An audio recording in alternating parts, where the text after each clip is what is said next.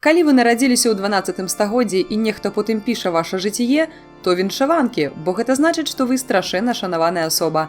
А калі ж спісаў вашага жыцця да нашых дзён дайшло больш за 130, то віншаванкі ўжо куды больш сур'ёзныя, бо вы асоба звышшанаваная. Такой звышшанаванай асобай была Ефрасіння Полацкая, князёўна, ігумення, асветніца, апякунка і заступніца зямлі беларускай. Напісанае невядомым аўтарам на мяжы 12-13 стагоддзя жыццє святой і найпрападобнейшай Ефрасіні з'яўляецца асноўнай крыніцай біяграфічных звестак пра асветніцу. 5 студзеня 1104 года ў Полацкім княстве з'явілася на свет дзяўчынка Працлава, якой было наканавана за жыццё змяніць імя, долучыць да яго назву роднага горада і назаўсёды застацца ў гісторыі. Працлава паходзіла з роду полацкіх князёў.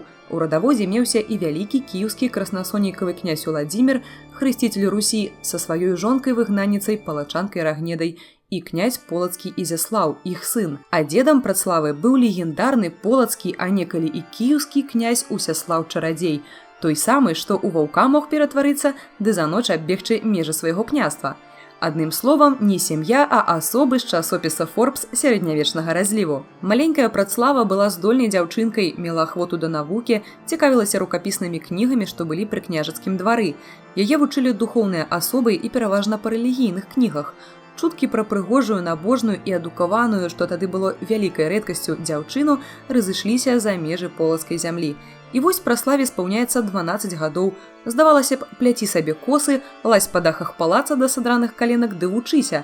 Але да дзяўчынкі ўжо тады зачасцілі сваты.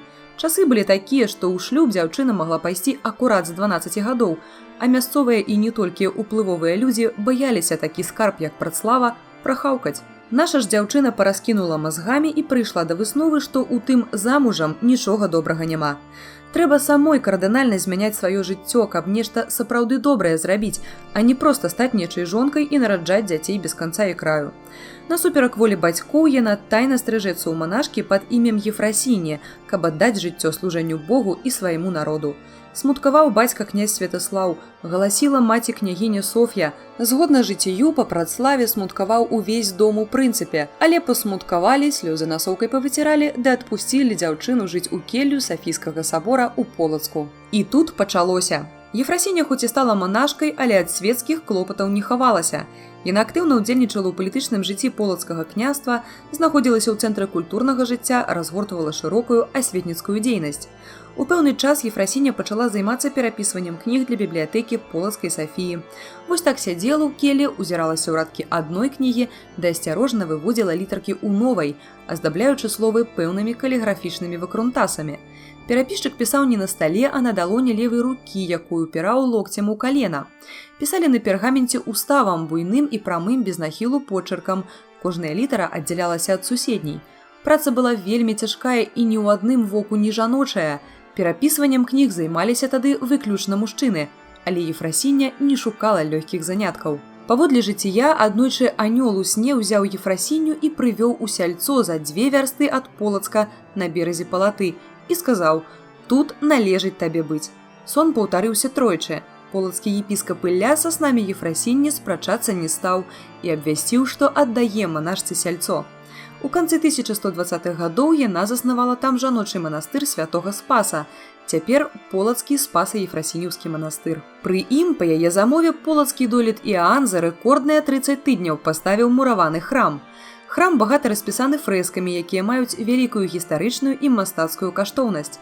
У канцы 1150-х гадоў Ефрасіня заснавала мужчынскі манастыр з царквой Святой Багародзіцы, дзеля якой набыла ў Царградзе абраз Адзігітры Эфескай.